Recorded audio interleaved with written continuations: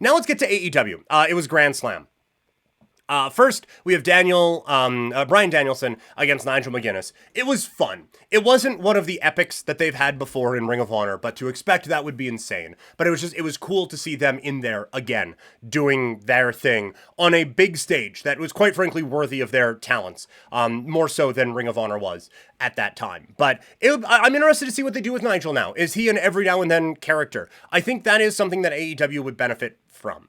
I know that when AEW was starting, WWE was getting shit on a lot for part-time performers, and specifically part-time performers in major roles, right? Like Brock Lesnar's the champion, and he's defending it 4 times a year, which I was okay with if that meant it elevated the Intercontinental Championship, and it didn't. But now, like, I feel like AEW has kind of abused it the other way, where Jericho's an every week performer. Well, he doesn't feel special. Adam Copeland was an every week performer. Well, he didn't feel special. And then he broke his leg. Like, you have all of these different things that, like, Mercedes Moné, every week we're seeing her. Doesn't feel special. There's nothing that feels overly different and overly special right now in AEW. And I think if you were to have a Nigel McGuinness who would come back 2, 3, 4, 5 times a year, that would be fun and make him feel important, and quite frankly, kind of make him treat him like a legend when he comes out, which he is, I think, deserving of that status, given his work in the wrestling world. I thought it was a cool moment retiring the FTW championship. Neat. It was a neat thing for Hook, but it's absolutely run its course. And so to retire it in New York with Taz there on commentary, it's just perfect. I'm interested to see where Hook goes from here. I do think, obviously, the cold-hearted, handsome devil that he is.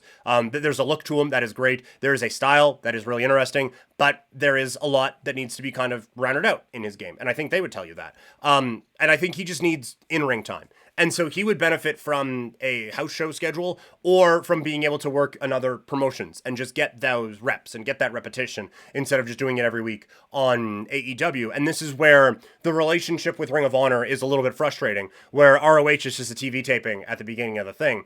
If ROH was its own separate touring brand, you could do a full set of TV tapings with Hook, with them, and build that up instead of, well, we can't have him on ROH because then he's wrestling 2 times in the night, and that doesn't help anyone. Like, have him go out and do, like, a month and a half's worth of TV tapings with them and just get more of that in-ring experience. He just needs more reps right now, is basically what he needs. Tag team match was a blast. It's great seeing Kyle Fletcher kind of get bumped up in these matches a little bit and get taken a little bit more seriously in these opportunities. It feels like he is kind of the next strong prospect. The one thing I didn't like is that this is starting to feel predictable when it comes to the Callis family. You have a match, it's highly competitive, it's really fun. Don Callis gets involved, he gives him the screwdriver, and then there is this inner conflict of do I or don't I? And I guess there wasn't a whole lot of that. It looked like Fletcher was just going to just stab motherfucker with it. But you have Ospreay come out and stop him from doing that, and all is right in the world. But then they lose the match off of it. And that happens a lot in these big Callis family matches. Like, it becomes a little bit repetitive, and it was just a little bit like, oh my God, we get it. Because there's been so much of that in Ring of Honor right now. Oh, I don't want to hit him with the Tiger Driver or whatever. Oh, I don't want to hit her with this kendo stick. Oh, I don't want to hit this guy with a screwdriver. Like, there is so much inner conflict going on. Oh, don't go to the dark side. How could you?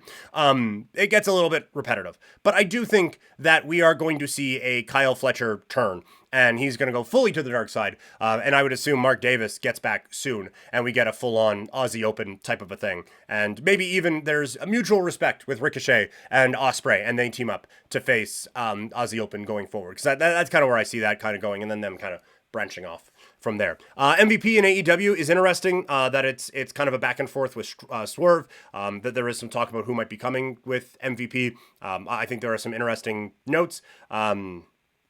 Yeah, I think it'd be fun. Mariah May, Mina Shirakawa, Willow Nightingale, that could be interesting. I am a big Mina Shirakawa fan. I'm a big Willow Nightingale fan, and Mariah May is certainly something. But we need to get the celebration thing over with.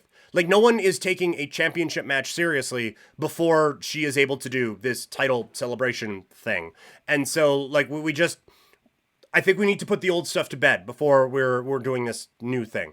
And so I hope that kind of gets figured out. And then Mox against Darby Allin was great. I've said before, but Darby Allin feels like a star. Like, he is a little undersized for sure, but his style, his recklessness, the fans love him. The whole presentation makes him feel a little bit more legitimate. And then him landing on the hardwood, look, painful as fuck. And then like Mox has this reaction to "you can't kill him" that was just perfect, and then he does eventually end up getting the win. I love this BCC with Mox. It feels like a Batman type of a villain where it just feels like everyone at any time is in danger of just an extreme level of violence. He carries himself perfectly. So does everyone else in this crew. Like everything fits this so perfectly. They do such a good job with it. It is the seriousness that you want out of these type of characters. Danielson coming out and choking over the tie is amazing. Private Party coming out after was a bit of a fart in church, so to speak. Just a bit of a, oh, okay. That's it? All right. But I do like that match is going to be an ass kicking. And I think now Mox being the number one contender makes for an interesting night for Wrestle Dream. How they got there was weird. I did not like how we did this roundabout way to get Jon Moxley in this with Darby Allin having already earned the shot. We're getting into wins don't matter and stakes don't matter when this guy won a championship opportunity at All In. Actually, it's gonna be at All Out, so just don't worry about that. Even though I know he got on the mic and said he's gonna finally have his All In moment. It was just in a different thing, and just forget about that. And now Darby Allin, he wins this thing so that he can be the number one contender for Grand Slam. But he's gonna put it on the line against Jon Moxley because the champion's not gonna wrestle. Oh, okay, that makes sense. Just kidding, the champion's gonna wrestle. Huh?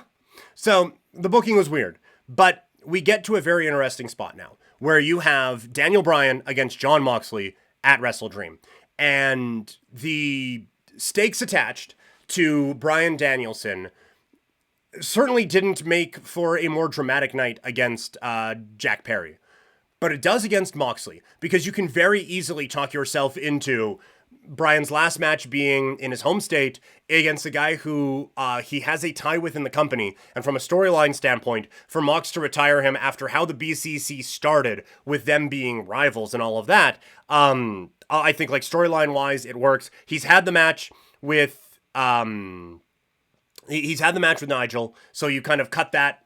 Like there isn't the he has so many more whatever. So it's like, well, like there's a couple other ones he could have, and he's not again retiring full time. Or all the time. He's just retiring from being a full-time guy. So there's still a couple dream matchy things you can do, but I do think you can kind of like, okay, this is a legitimate opportunity that he could lose. But you're right, Deeds. The ADD of the booking staff is very frustrating. It is like, it just kind of feels like, all right, this is the way we're going, and we have this idea. Ooh, but wait, what if we did this? And then you kind of like try to, they equal parts over-explain and under-explain, and just nothing really clicks. And so I don't want to go too negative on AEW, because this show was fantastic. And there's been a lot of very fun stuff in AEW lately, and I think they have tightened some of it up. But it is still, like you said, it is all over the place with all of these things. And then another part of it that I didn't love was, like Christian, he has their version of Money in the Bank now. And so he has to physically sign the contract to go out and cash it in on Bryan Danielson. And it was thwarted by Kip Sabian stealing his pen. Like, what?